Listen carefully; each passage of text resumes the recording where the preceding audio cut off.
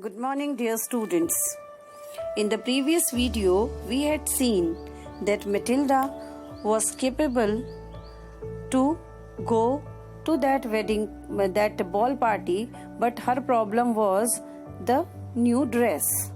Now her husband said that he became serious, though he suggested one simple dress what she wore on theatre day, but Matilda was not ready to wear a already worn dress.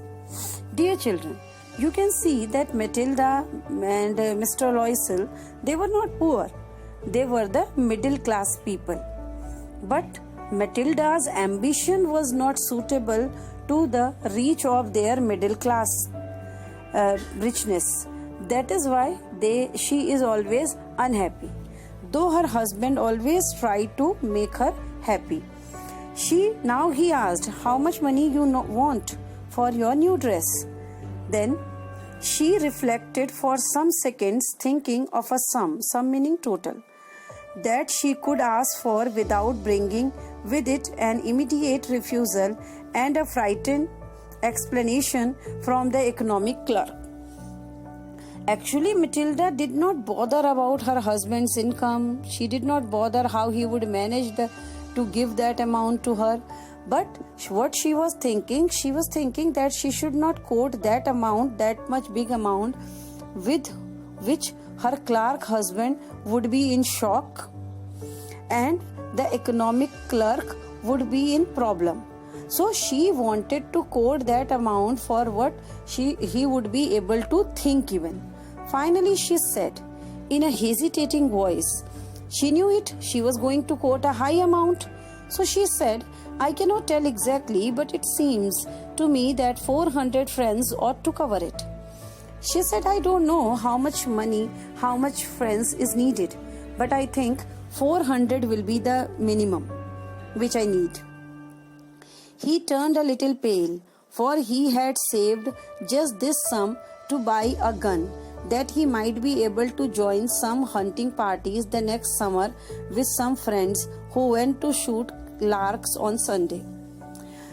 Actually, her husband had saved that 400 francs, but with that amount he wanted to purchase one gun so that he could join his friends in next summer hunting party when they will go to hunt the birds, especially the larks, on Sunday. So that, dear children, when that time hunting was allowed and people used to go for fun, hunting used to be considered with fun. So he wanted to purchase that gun for that. Nevertheless, he answered, very well, I will give you 400 francs, but try to have a pretty dress. See, Mr. Loisel was a very loving husband. He always tried to make Matilda happy, though hardly he get any success. So he said, no problem, I can purchase gun later on. I will give you the amount, but make sure with that amount you will purchase a very good dress. The day of the ball approached and ma'am, meaning Madam Loisel, seemed sad, disturbed, anxious. Now the ball party day was coming near. The dance party day was coming nearer. But Madam Loisel, that is Matilda, became disturbed and very much worried. Nevertheless, her dress was nearly ready. Now her husband could not understand the reason behind it, because her dress was also ready. Her husband said to her one evening, what is the matter with you? You have acted strangely for 2 or 3 days. Now one evening her husband asked her, what is the matter? Why was she not behaving properly for 1-2 days? Because she was looking very disturbed.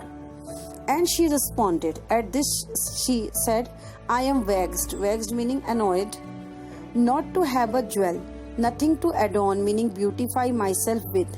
I shall have such a poverty-stricken look, meaning poor look. I would prefer not to go to this party. She said, I am very much disturbed. I am very much anxious and annoyed because I don't have any jewelry to match with my dress. And in that party, I would look very poor, very poverty-stricken I will look because of my jewelless body. There is nothing which I can use to beautify my body. He replied, "You can wear some natural flowers. In this season, they look very clink," meaning elegant and fashionable.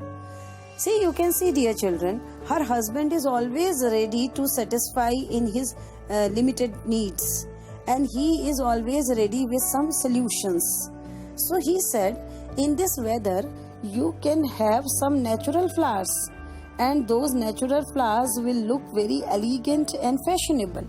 So you can go for natural flowers. Natural flowers will not be so costly as well. She was not convinced. She was not satisfied. "No," she replied, "there's nothing more humiliating than to have a shabby air in the midst of rich women." She said, "No, it would be very embarrassing, very insulting among rich ladies. I will wear shabby flowers."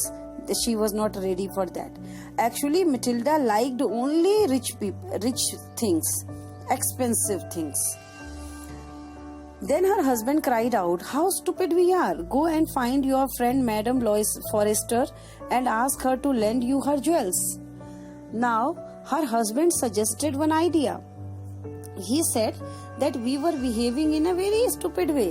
"Why don't you go and ask favor from your friend Madame Forrester? She will help you. She will give you. You can borrow one jewel from her. She was very rich." She uttered a cry of joy. "It is true," she said. "I had not thought of that." Matilda was also ready to borrow one jewel from her, because she said, "Okay, yes, this was a good idea. I had never thought about it." The next day, she took herself to her friend's house and related her story of distress meaning pain. Madame Forrester went to her closet, almirah, took out a large jewel case, brought it, opened it, and said, "Choose, my dear." Now, next day, she went to meet Madame Forrester. She told about her pain, that she had to go to attend a big rich ball party. She did not have any dress, etc., etc. She told.